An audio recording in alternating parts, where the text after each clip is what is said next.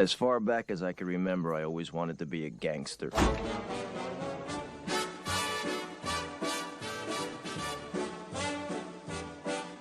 Hey everyone, welcome into another episode of the Sleeping with the Numbers podcast. Dylan and Pat here, trying to walk you through divisional playoffs now. These matchups, we're going to have Cincinnati against Tennessee, San Francisco against Green Bay, Rams against Tampa Bay, and then Buffalo against Kansas City, which is probably the one I'm most excited for. Pat, you and we only messed up on two bets.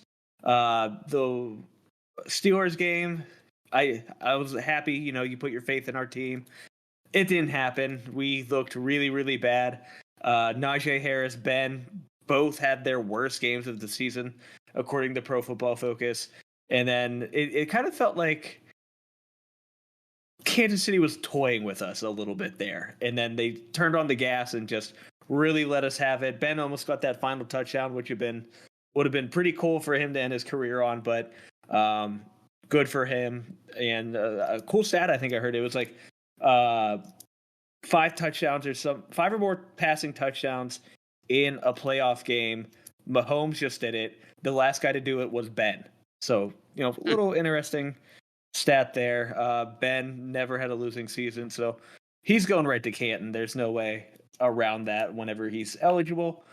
The other one we both missed was the Dallas Cowboys. We had them beating San Francisco.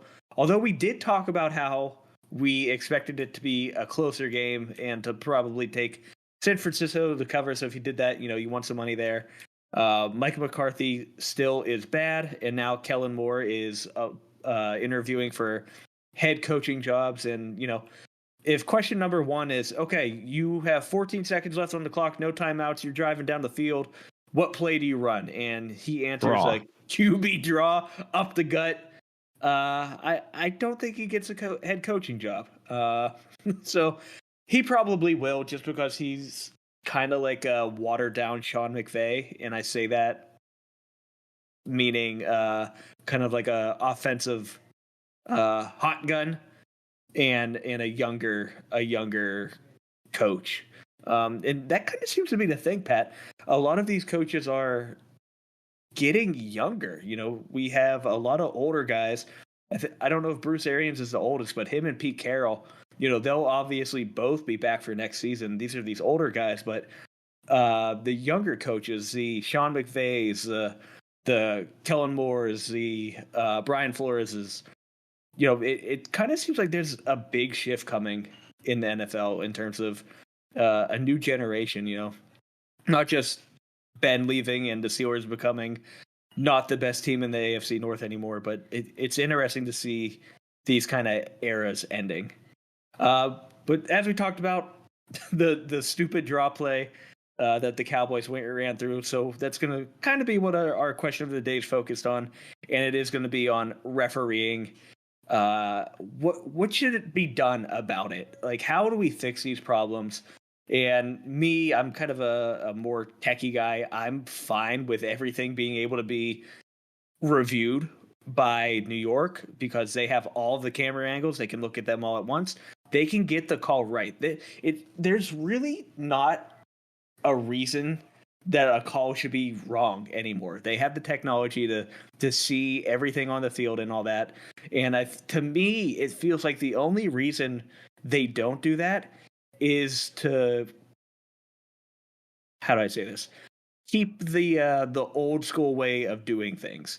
It kind of feels like the same thing with baseball. Letting the umpire still call a ball or a strike. Yeah, that can be reviewed now, but there's no need for those guys anymore. And it's kind of, in my mind, it seems to be trending the same direction for football. Yeah, sure, we have guys on the field to make calls when the time comes, but they're making costly mistakes, and probably the biggest one was that Joe Burrow random whistle, and that up in the air what the right call was there, Pat. So what can we do? Does something need to be done? Will something be done in your mind? I think the answer is simple: is people just need to get over it. And I think the reason I say that is you're never going to take the refs out of the game, because to me, if anything, it makes people talk about the NFL more. So, like, not that there's some grand conspiracy for them to do wrong things to make people discuss it, but I think that that's definitely a benefit of having the human side of things versus the computer. And I think it takes that element away from the game where, there is someone making a decision. Like, because I can argue the same thing, and like they kind of did that with that league that Johnny Manziel was in, like the fake wearing the fan controlled league or whatever. Like, you don't need coaches. Who's coaching? What are you coaching with these people? Especially with Ben. Like, I feel like for him, if this was 10 years ago, he would have done the same thing to Matt Canada that he did to Todd Haley. He just would have ran his own offense and said, "You're not the offensive coordinator anymore." Fortunately for Ben, he's going to a retirement home, so he couldn't do that. But I think that if you start taking the refs out, unfortunately, it'll start automating everything. And I'm just not sure where it ends. And so for me, I don't think things are going to happen because I think the NFL, like you said, they want to keep that traditional look to it. They want it to feel authentic because they're not going to do that in high school, Right. So would the right answer be to get rid of everybody? Yes. But I don't think they will. I don't see it at least happening anytime soon. Yeah. It gives them someone to blame, when things go wrong. And I also think, there's some things a computer can't do, right? I think there's a lot of ambiguous calls that could go one way or the other, such as like pass interference calls, roughing the passer, roughing the kicker. Those types of calls seem to be very dependent on who is doing the reffing that game. And some refs, similar to hockey refs, I think hockey refs are like the best because they don't give a shit. They will call the players out on their bullshit immediately. They'll talk shit to the coach because they're usually former players, I believe, and they connect with the game. But it doesn't feel that way with the refs. It seems like more often than not, the roughing the passer calls are very embellished. They're usually something really stupid. I understand they want to get rid of that for the game because of concussions and all that, but it's really hard for a 220-pound linebacker to stop dead in his tracks the second the passer throws the ball. He's gonna hit him, and there's really it's tough. And I don't know, like you said, I don't think they turn right to automation because there's a lot of things they can't get right with that. But I think there's a lot of things they can get right, such as spotting the ball, out of bounds calls.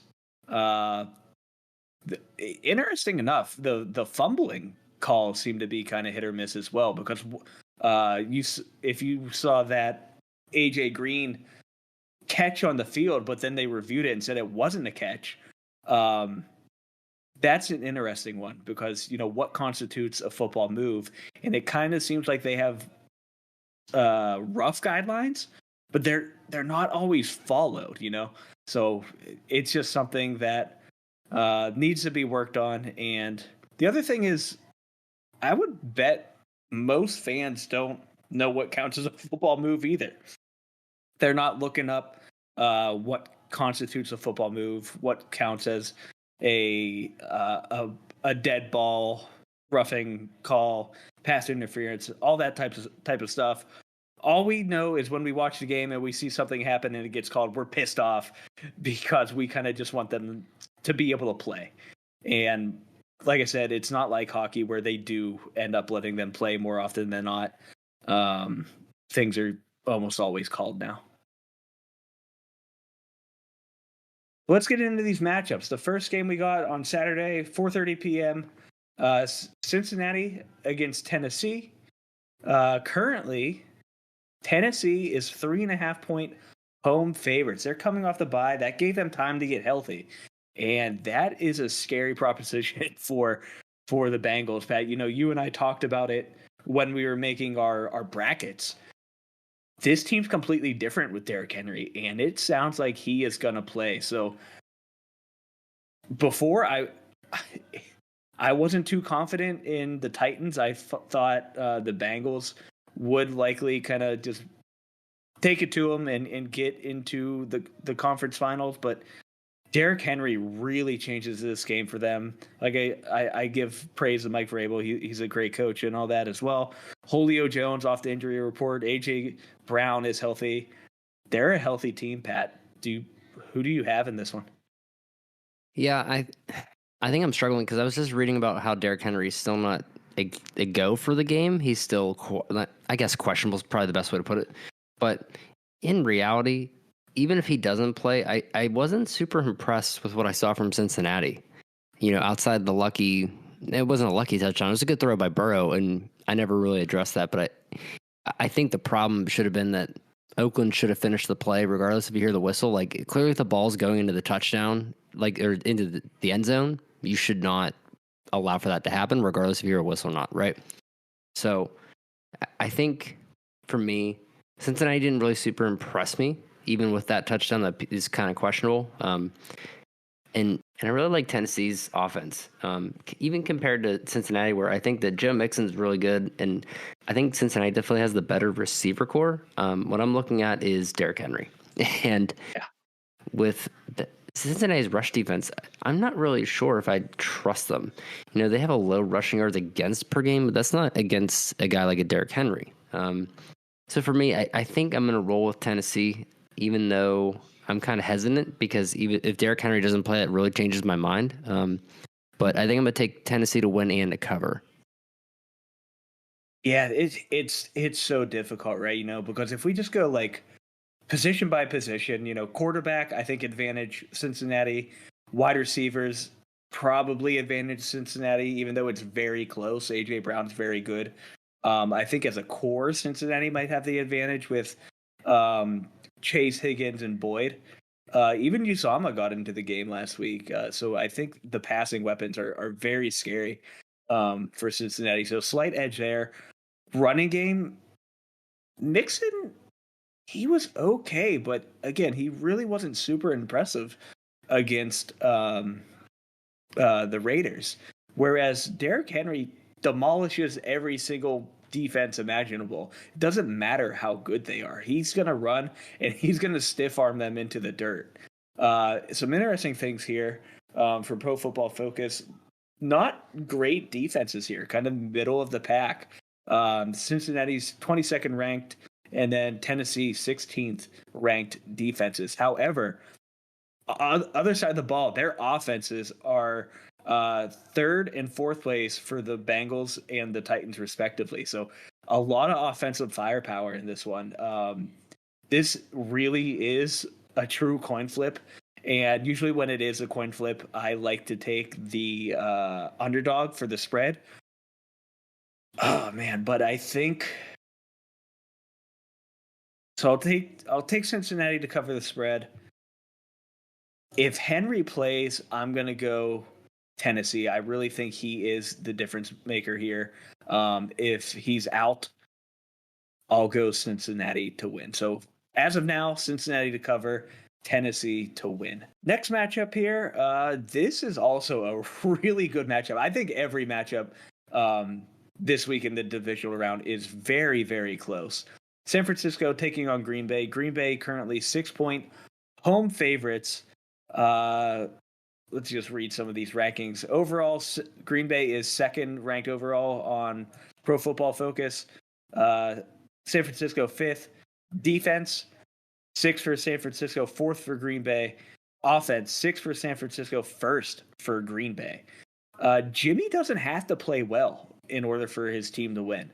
Their running game is talented enough, and by their running game, I mean Deebo Samuel is talented enough to really put this team on his back. Elijah Mitchell had a good game as well, but it really is Deebo Samuel, and when he gets the ball into his hands, he moves. I believe I saw another stat that San Francisco's yards after the catch is first in the league. It's like 7.6 yards after the catch or something like that. And right behind them is Green Bay at like 7.4 or something like that. So a lot of talent on both of these teams on really both sides of the ball, but definitely the offenses. So again, you know, I said Green Bay is going to take it to the Super Bowl. I think somehow the Niners are a more difficult matchup than the Cowboys would have been, but I can't bet against Rodgers and Green Bay. So I'm going to be taking them to both win and cover.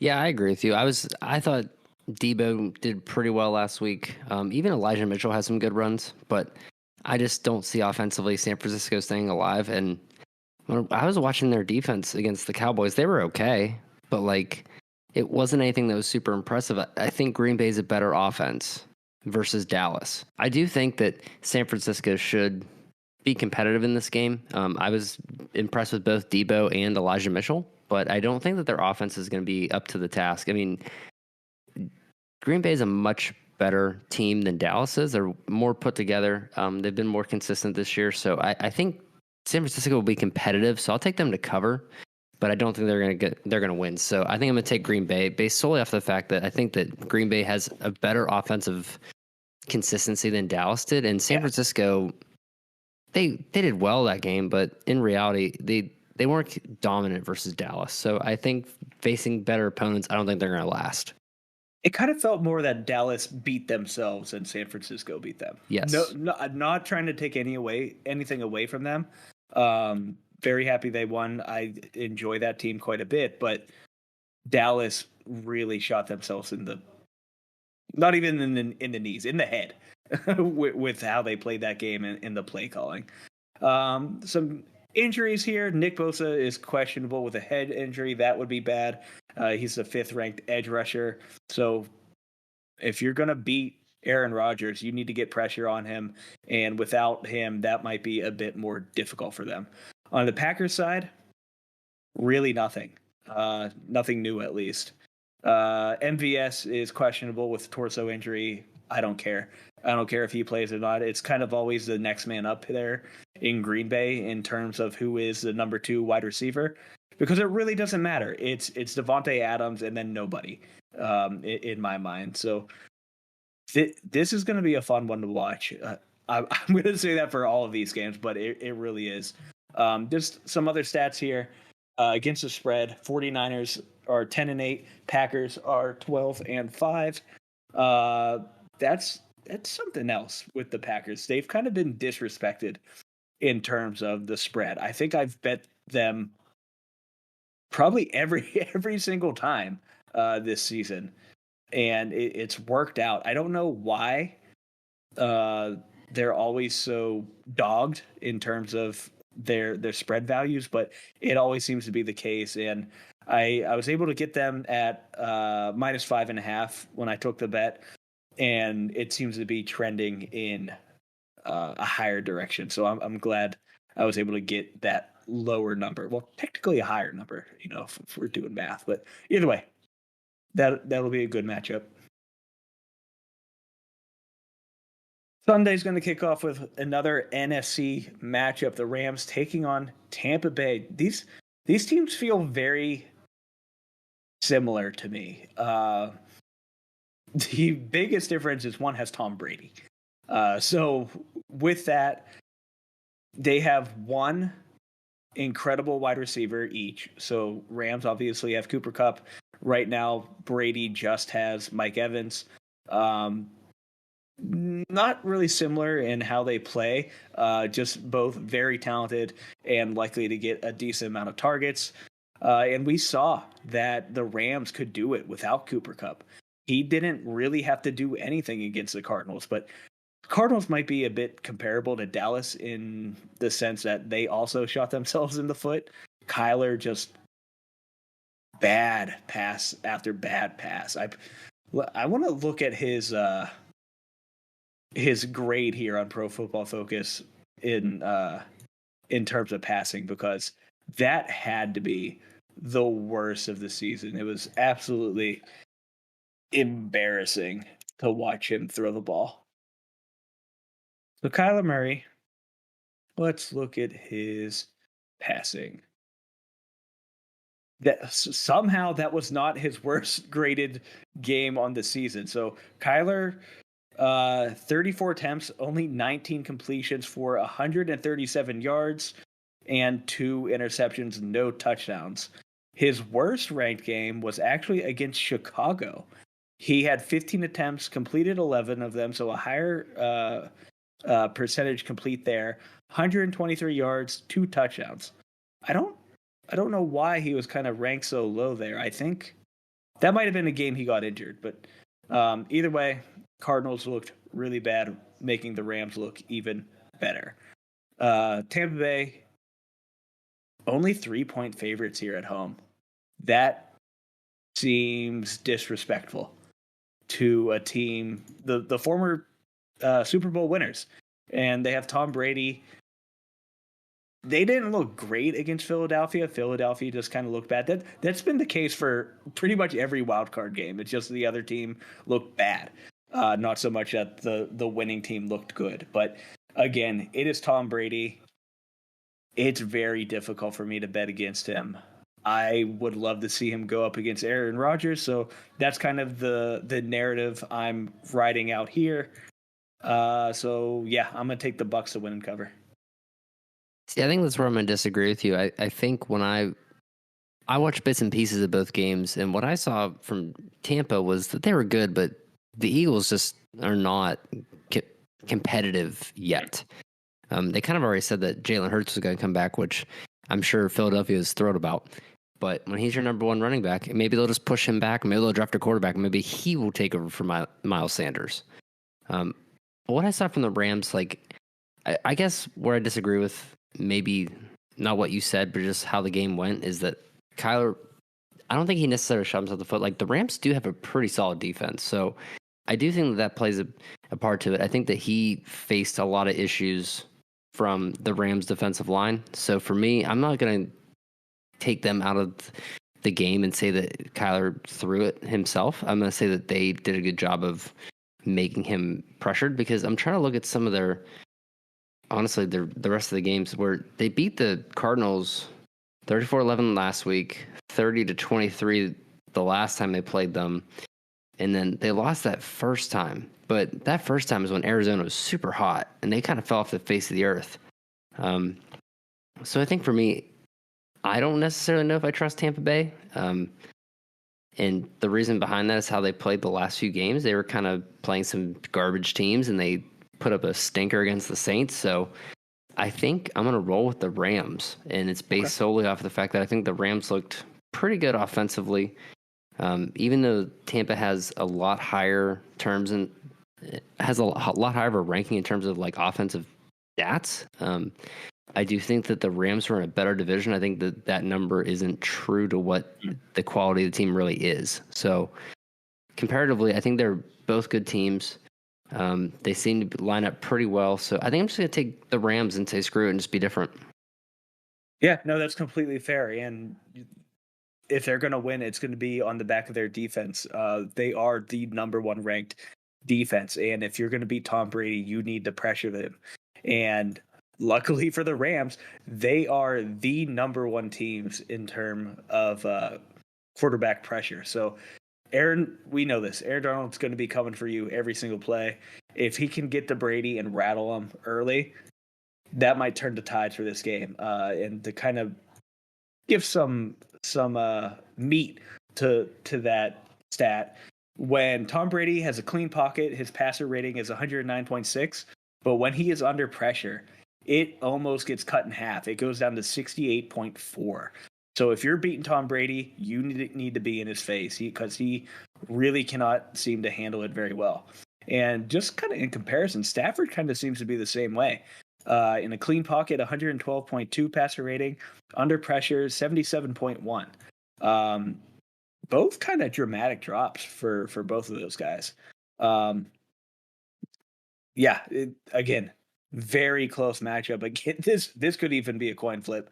I think I'm going more based off of playoff experience between the two quarterbacks. Of course, Brady has more than anyone. Do you see the thing? He's older than 3 of the current head coaches in playoffs. Wild. I had no idea. Yeah. But you said earlier, everyone's trying to find the next Sean McVay, so it kind of makes sense. Yeah, exactly. It seems like the age of these coaches is trending downward. They want to find these young guns to take over these teams and be there, for the long haul. So who knows? I really like Matthew Stafford. I'm happy he finally was able to get his first playoff win. It's going to be a good matchup, and it's going to be a tough one. So just to recap that, I'm taking Tampa Bay to both win and cover. Pat is taking the Rams to both win and cover.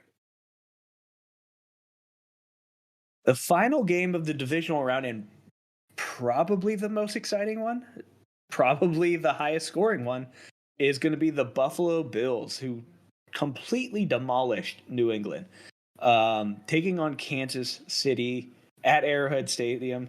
Currently, Kansas City is favored by 2 points at home, and the over-under is currently at 54.5, 6 points higher than the next highest one, which was the Rams Tampa Bay at 48.5. So if Josh Allen can continue to play like he did last week, this is a tough game for the Chiefs defense. I don't care how well they've looked recently. When Josh Allen plays like he did last week, you can't stop him. That was the best performance I believe he had all season. The issue is he's been inconsistent. He'll start off slow in some games and then end up taking off too late. He picks it up in the fourth quarter, and it's too late for them to actually come back and do anything. So if he's able to get off to that hot start and maintain it throughout the game, this is going to be a shootout. And again, like I said, when it is these very close coin flip type of games, I like taking the underdog with the plus points. So that's what I'm going to do, and I'm also going to take them to straight up win. So Bills to win and cover. Might be a little biased here because that's what I want to see. I don't really want to see another Kansas City Super Bowl. So that's what I'm going with here. Yeah, I totally agree. People just want to say the Patriots kind of rolled over, and they kind of did. I mean, I didn't really think it was going to be close. I think people want to say that Bill Belichick's some super wizard, and I don't think that's true. And I think that we kind of knew that Buffalo was playing below what they should be.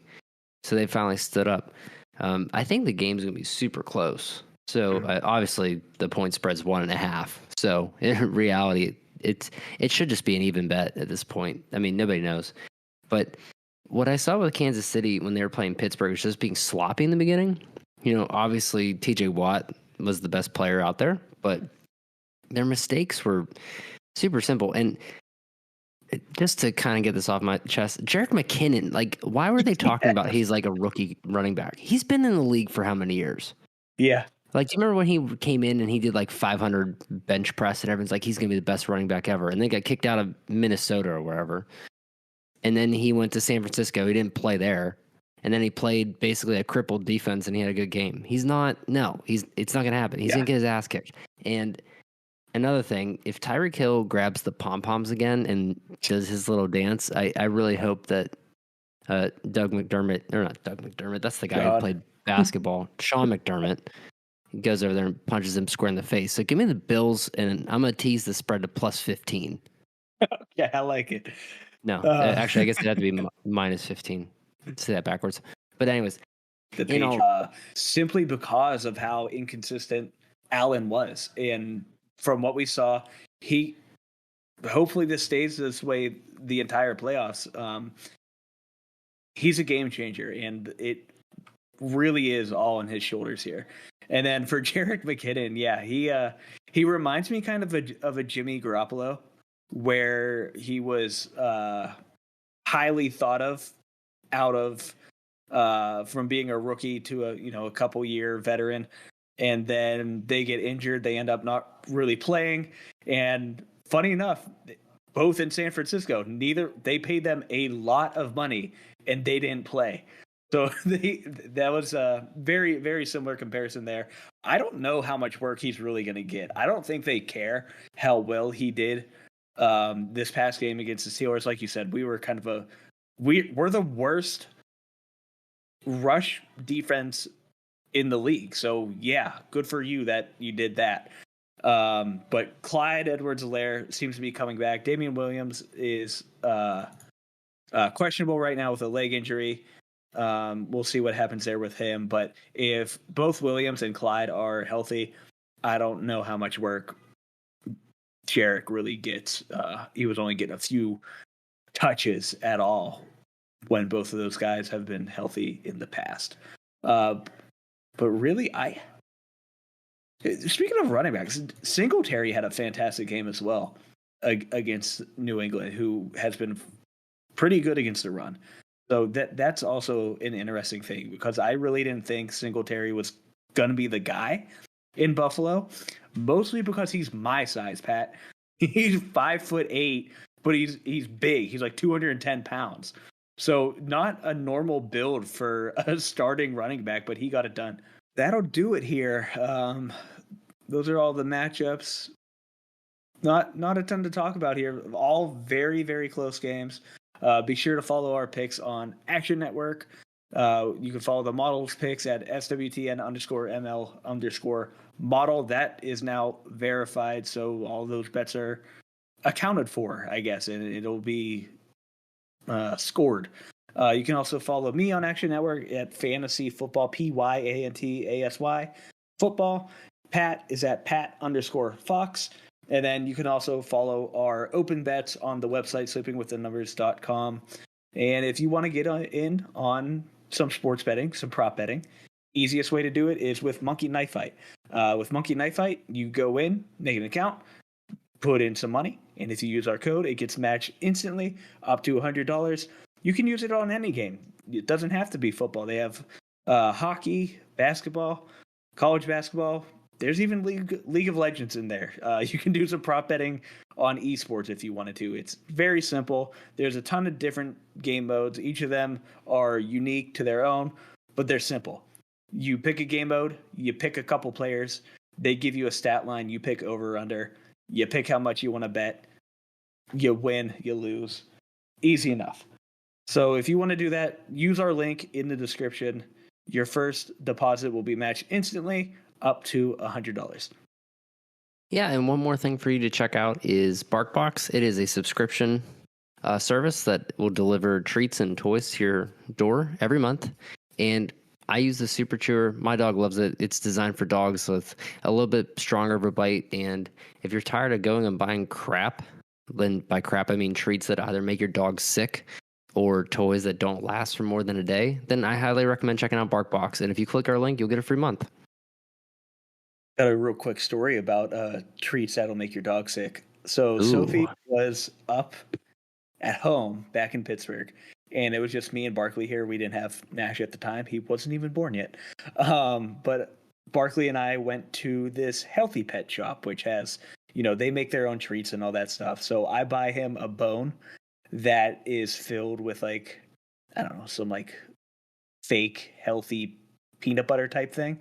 And he didn't really care about the bone itself. He just licked out all the goods inside of the bone.